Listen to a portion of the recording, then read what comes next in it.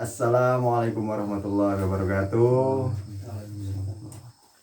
We are come back again in post 5 post 5 Pos 5 post 5 bahasa Inggris apa?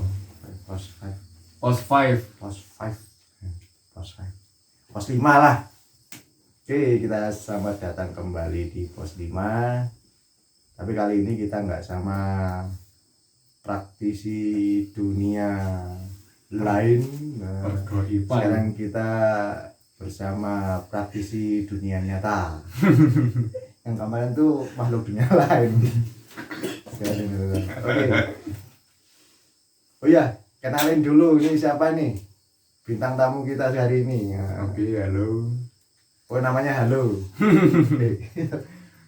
Nyopo ya. Aduh, bos Jawa. Oke. Nyapa sih, Bos? Aku Hafid Nur Hidayat, asli Malang, Jawa Timur ya? Jawa Timur. Oke. Untuk pada malam hari ini kita bukan bikin video obrolan ya. Kita just fun. Ya seperti yang pernah saya bilang sebelumnya dulu, karena di pos kita ini di pos kami ini di pos kita ini di pos saya dan dia kita wis nah, kan ya bukan siapapun yang datang ke sini, jadi nggak cuma kita aja sih yang sering datang ke pos, banyak lah ya, dari teman-teman dari Karang Taruna, pemuda-pemuda sini, dari warga juga, dari dunia lain juga, makhluk lain, entah itu dari flora fauna. Loh, beneran, bahkan tanaman pun pernah masuk sini. Kemarin pernah ada tanaman masuk sini, alpukat ya, sirsat pernah masuk di degan, kelapa muda, pernah masuk sini semua. Makhluk goib juga, angin masuk, sampai orangnya juga masuk angin. Kemasukan makhluk goib. Nah, pada malam hari ini kita nggak ngobrol-ngobrol, cuma kita mau bermain games. Ini game kita ini sekaligus untuk sebagai wawasan juga ya. Nah, karena kami ini kan tinggal di Pulau Jawa, apalagi di Jawa Timur, yang mana pasti kalian tahu lah, di Jawa Timur ini kan daerahnya meskipun seperti sekian, Jawa Timur sekian kurang kecil ini. Itu kan memang namanya Jawa Timur, tapi bahasanya sebenarnya itu banyak ya kan? Ya secara umum bahasanya adalah bahasa Jawa, tapi Jawa di situ macam-macam bahasanya. Bahkan untuk satu kata aja, misalnya satu kata ada bahasa Indonesianya, di bahasa Jawa kan itu banyak macamnya ya kan. Kayak misalnya bahasa Indonesia saya ya kan, ada yang bilang aku, pulo, awak, abdi Jawa ya? Abdi Jawa Barat. Jawa Barat ya? Iya. Saya, aku, pulo, ayas. Itu gak termasuk bahasa Jawa sih. Bahasa gaul. Bahasa daerah, cuma daerah tertentu. Ya, gitu. Nah, berhubung kita ngomongin masalah bahasa ya kan, kita mau bikin game singkat itu tentang bahasa Jawa ya kan? Jadi nanti Mas Hafid ini saya kasih pertanyaan, nanti saya suruh ya seputar bahasa Jawa lah, entah itu nanti suruh mengartikan dari bahasa Indonesia ke bahasa Jawanya itu apa, dan mungkin ada hal apa ya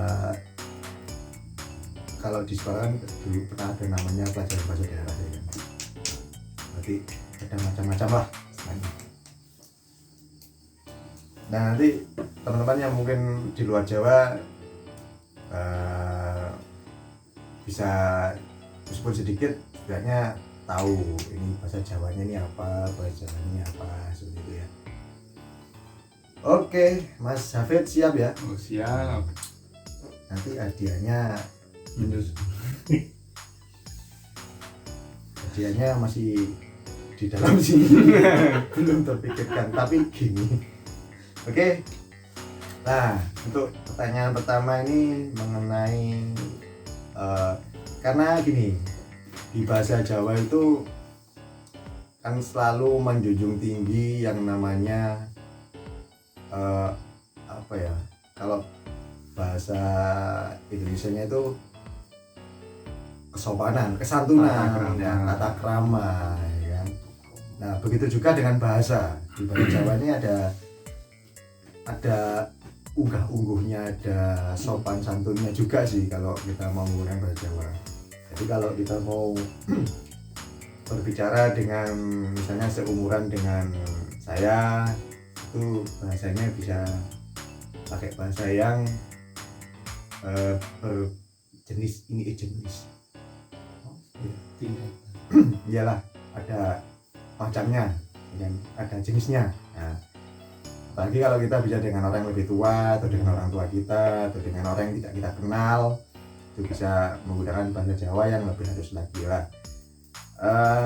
Di bahasa Jawa ini ada yang namanya kromo inggil, terus kromo apa sih?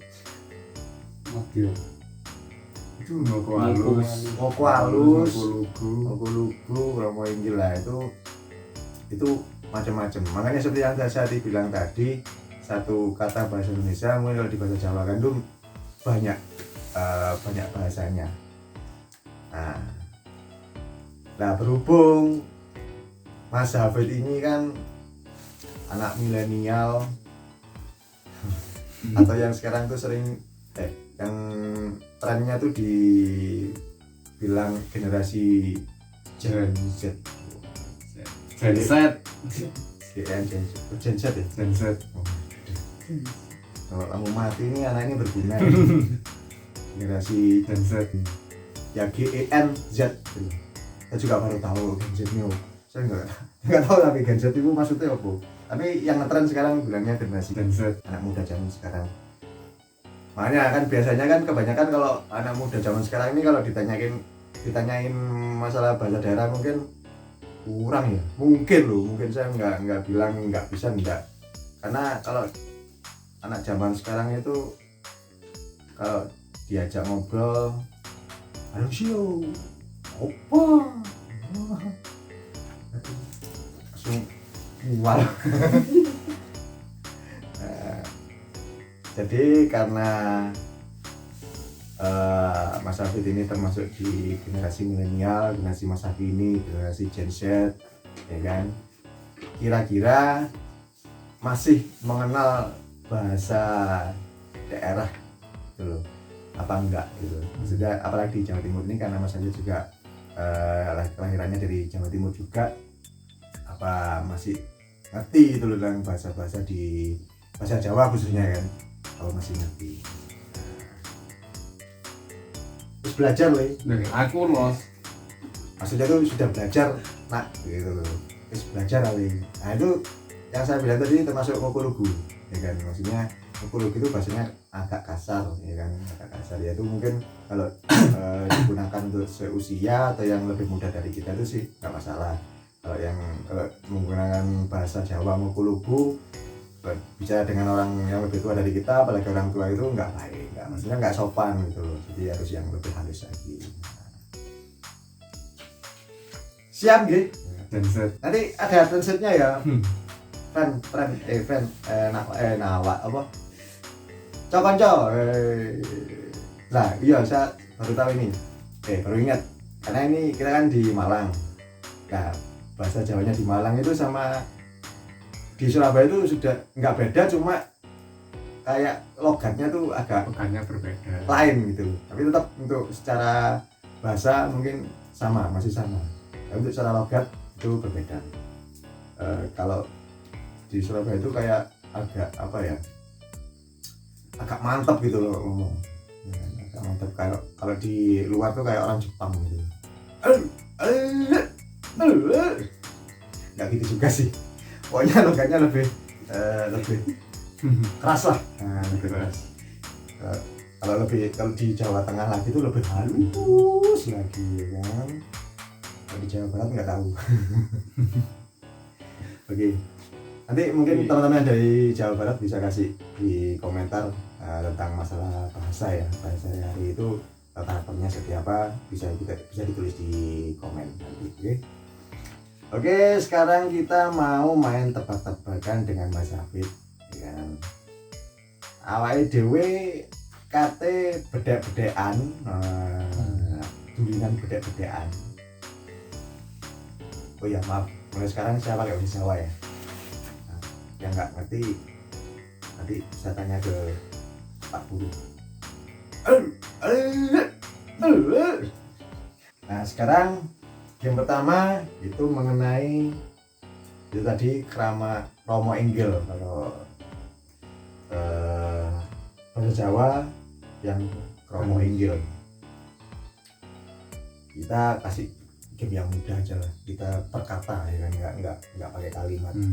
Kalau pakai kalimat, nah saya kasihan sama sampai nanti susah jawabnya. Nangis. Saya juga nggak bisa sebenarnya pakai kalimat. Genset. Saya emang kalau Krama Inggil itu agak anu sih, bukan susah ya, tapi ya kurang hafal. Kalau saya nggak apa, bukannya nggak bisa, coba kurang hafal. Karena kalau katanya orang tua itu, perasaan saya ini sudah bicara dengan bahasa Jawa yang halus, katanya masih kurang halus lagi. Loh, masih ada yang lebih halus lagi, seperti itu. Nah sekarang untuk babak pertama, kita mau tebak-tebakan Romo Inggil. Oke Mas ya, Mas Hafid siap ya? Siap yo. Sekarang yang pertama, bahasa Jawa Romo Inggile rumah. Dalam griya. Ya kalau rumah itu griyo, misalnya kalau Griyo. itu griyo. Dalam juga bisa, atau apa namanya, griyo ini kan kadang kita pernah kita temui kata griyo ini. Kalau dituliskan secara alfabet itu kan GRIYA ya kan, griya ya kan. Pasti teman-teman pernah dengar itu kata seperti ini di perumahan ya kan, kayak perumahan Gria Santa atau Gria Permata lah. Karena Gria itu tadi itu kata serapan dari bahasa Jawa yang berarti rumah, griyo. Karena kalau bahasa Jawa, kalau bahasa Jawanya rumah yang halus itu griyo gitu. Oke, yang kedua itu adalah bahasa Jawanya jalan.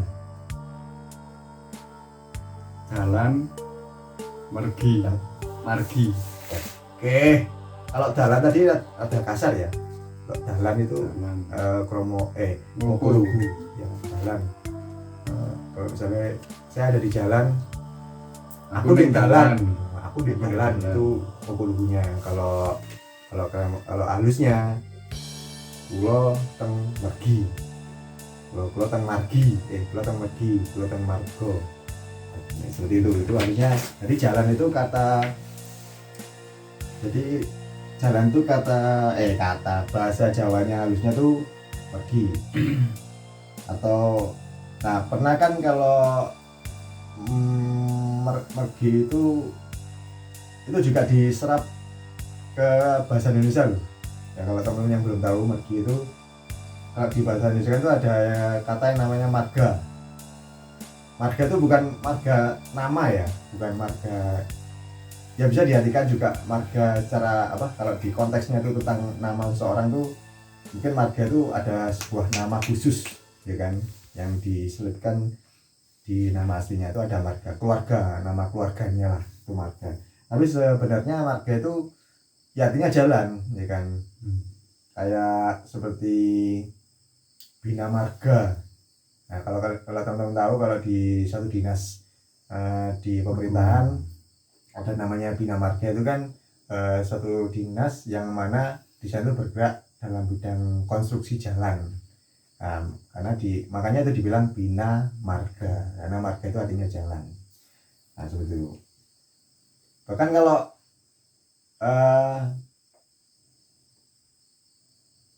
gini, misalnya kata jalan itu tadi ya, kata jalan itu tadi kan artinya mergi, kalau bahasa Jawanya mergi. Kalau misalnya jalan-jalan itu bukan mergi-mergi ya kan. Atau lagi kalau dikasih kata kaki, misalnya jalan kaki. Kalau kaki kan, kalau misalnya bahasa Jawa halusnya kan apa Mas Ewit? Kaki ada 2, sikil, Suku itu suku itu yang halus kan. yang halus. Nah karena ini kita ngomongin masalah bahasa Jawa halus. Kalau jalan tadi kan bahasa halusnya mergi, kalau kaki kan suku. Nah kalau jalan kaki bukan mergi suku itu beda lagi. Nah seperti itu, bahasa Jawa itu seperti itu. Jadi kalau jalan itu bahasa Jawa halusnya itu mergi, kalau kaki bahasa Jawa halusnya itu suku. Nah kalau jalan kaki apa? Ya bukan mergi suku. Nanti Mas mau kemana? Mas kesini naik apa? Oh nggak naik apa-apa, saya kesini mergi suku. Itu kan nggak ada gitu. Jadi kalau jalan kaki itu bahasa Jawa itu melampah, melampah, MLAMPA, melampah, seperti itu. Nah kira-kira bahasa Jawa itu seperti itu ya teman-teman. Oke, kita lanjut ke pertanyaan ketiga. Menginap.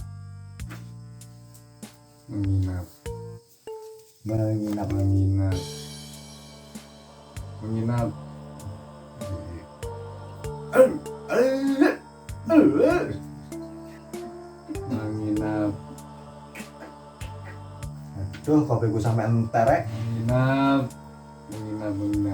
Nginap. Terus apa lagi? Gimana enggak?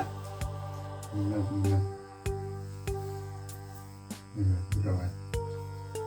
Ya kadang kalau di Jawa itu teman ya, kalau misalnya kita ngomongin masalah kalau kita bicara menginap gitu kan, kalau mau bilang menginap itu kan ya kebanyakan rata-rata di sini kalau bahasa Jawa nginap ya kan, nginap. Cuma itu kan bahasa sehari-hari, maksudnya bahasa ngukunya kan nginep. Seharusnya kalau yang lebih halus itu menginap itu bahasa Jawa halusnya itu nyipeng kan. Ada yang hampir sama itu nyepeng, itu beda lagi. Nyipeng sama nyepeng ya kan. Kalau nyipeng, NYIPENG, nyipeng itu artinya menginap. Kalau nyepeng itu artinya megang. Misalnya saya megang korek ini, saya bilangnya nyepeng korek. Nah, kalau nyipeng itu menginap. Misalnya saya menginap di rumahnya Hafid, kulo nyipeng teng griyane Hafid. Nah, seperti itu. Oke. Nah, terus untuk pertanyaan selanjutnya ya, teman-teman. Malam. Bengi, dalu. Oke, benar. Jadi kalau bengi itu ngukul bunyinya, kalau dalu itu bahasa yang lebih halus lagi, dalu. Oke, untuk selanjutnya kembang.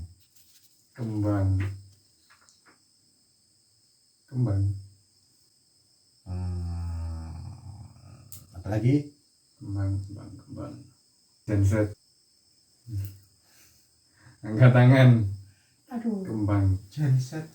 Ini ya, kembang itu emang rata-rata emang orang Jawa sih bilangnya kembang, Kembang. ya kan, kembang atau bunga. Bunga. Bahasa Indonesia itu bunga, kalau Jawa itu kembang, ya kan. Kadang kembang juga digunakan dalam bahasa Indonesia juga sih biasanya, kembang, berkembang dan sebagainya, atau mengembang, ya kan. Cuma kalau bahasa Indonesia, kalau kembang dalam bahasa Jawa itu, bahasa Indonesia itu artinya bunga, itu kembang. Tapi ada yang lebih halus lagi, artinya lebih diindahkan lagi. Jadi bunga itu bahasa Jawa yang lebih halus itu sekar. Nah, jadi kalau teman-teman itu pernah punya teman yang namanya Sekar, itu artinya bunga. Sekar sari, bunga sari. Sekar mendem. Sekar arum. Sekar mendem, semar. Semar mendem Mas. Genset. Sekar mendem jadi bunga mendem, bunga mabuk. Bunga Nah, mabuk. mendem itu mabuk ya. Mendem itu mabuk. Mendem itu dari bahasa Jawa itu mabuk artinya. Kalau bukan pusing ya, mabuk. Bukan pusing itu lain lagi. Beda lagi. Beda lagi. Kalau mendem itu mabuk. Jadi kalau ada kata-kata semar mendem, berarti semuanya mabuk. Tapi sebenarnya itu semar mendem itu bukan diartikan seperti itu, cuma itu sebutan pada makanan, salah satu jenis makanan khususnya di Jawa ada nama makanan, ada makanan yang namanya semar mendem. Itu enak. Itu favorit saya semar mendem, bos. Oke, berikutnya. Oh, terakhir ini. Nasi. Oke. Nasi. Sego. Sekul. Oke. Betul. Jadi kalau sego itu yang kasarnya, kalau sekul itu yang lebih halus. Sekul. Bukan sekul ya. Emang tulisannya sekul, SEKUL, sekul, bukan sekolah. Lain lagi. Sekul. Iya, sekolah. Sekul. Tapi ya lihat konteksnya Sekul. juga kali. Kalau kita berkomunikasi dengan bahasa Jawa, kalau ada yang ngomong sekul ya jadi artikan sekolah. Beda lagi. Itu artinya sekul itu nasi, sego itu juga artinya nasi. Kalau mau tanya mau makan apa, ya mau makan apa ya, kalau yang kasarnya aku makan sego. Nah, kalau bahasa halusnya kulo dahar sekul, jadi saya makan nasi kulo dahar sekul. Oke, untuk perkata itu ya cukup segitu aja. Nah, untuk yang babak kedua ini parian ya.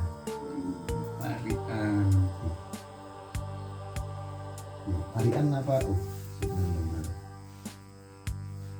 Oke, parian. Nah, parian ini guys,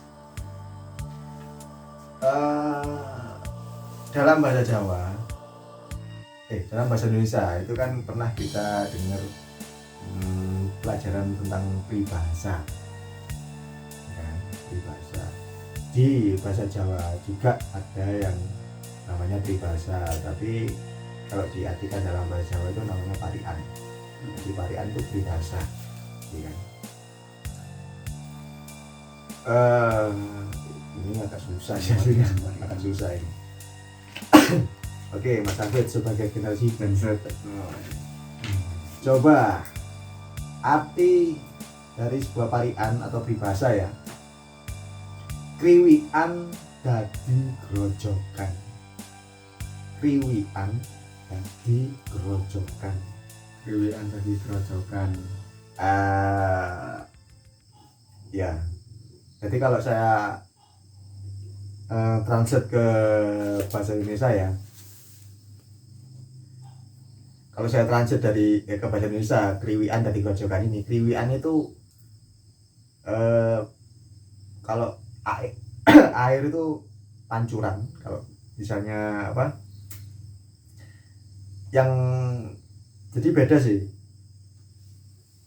Air yang jatuh ya, misalnya kita buka keran ya kan. Kalau volumenya kecil, yang keluar tuh volumenya kecil, itu namanya kriwian. Jadi kalau ada air mancur ya kan, dari selang turun itu kriwian. Terus kalau yang grojokan itu grojok, artinya air itu jatuh dalam jumlah volume yang besar. Nah, contohnya kayak salah satu contohnya kayak air terjun, itu grojok, air itu grojok. Nah, jadi kalau di bahasa Indonesia kan kriwian dari grojokan ini pancuran menjadi air terjun, ya kan. Nah, sekarang saya tanya ke Mas Hafid nih, untuk peribahasa kriwian dari grojokan artinya apa? Yuk, ini peribahasa ya teman-teman ya. Pengetahuan saya ya, kriwian dari grojokan itu masalah kecil yang dibesar-besarkan. Gimana curi? Bukan curi ini. Oke, itu benar ya. Jadi kriwian dari grojokan itu air kecil tiba-tiba menjadi air besar itu diartikan dalam bahasa Jawa itu arti peribahasanya itu masalah kecil menjadi masalah besar, atau masalah kecil dibesar-besarkan. Itu hal yang sepele menjadi hal yang besar gitu kan. Itu namanya kalau diperbahasakan dalam bahasa Jawa itu kriwian dari grojokan. Jadi air yang kecil dijadikan air yang besar, itu masalah yang kecil menjadi masalah yang besar, masalah yang kecil dibesar-besarkan. Itu kalau diperbahasakan dalam bahasa Jawa kriwian dari grojokan, seperti itu. Oke, untuk pertanyaan kedua, peribahasa yang kedua atau parian yang kedua, ulo marani gepuk. Ulo marani gepuk. Ulo marani gepuk. Jujur saya cuma tahu artinya. Translate-nya. Oke, ya wes, napur. Tak kasih kebijakan, Kebijakan pemerintah.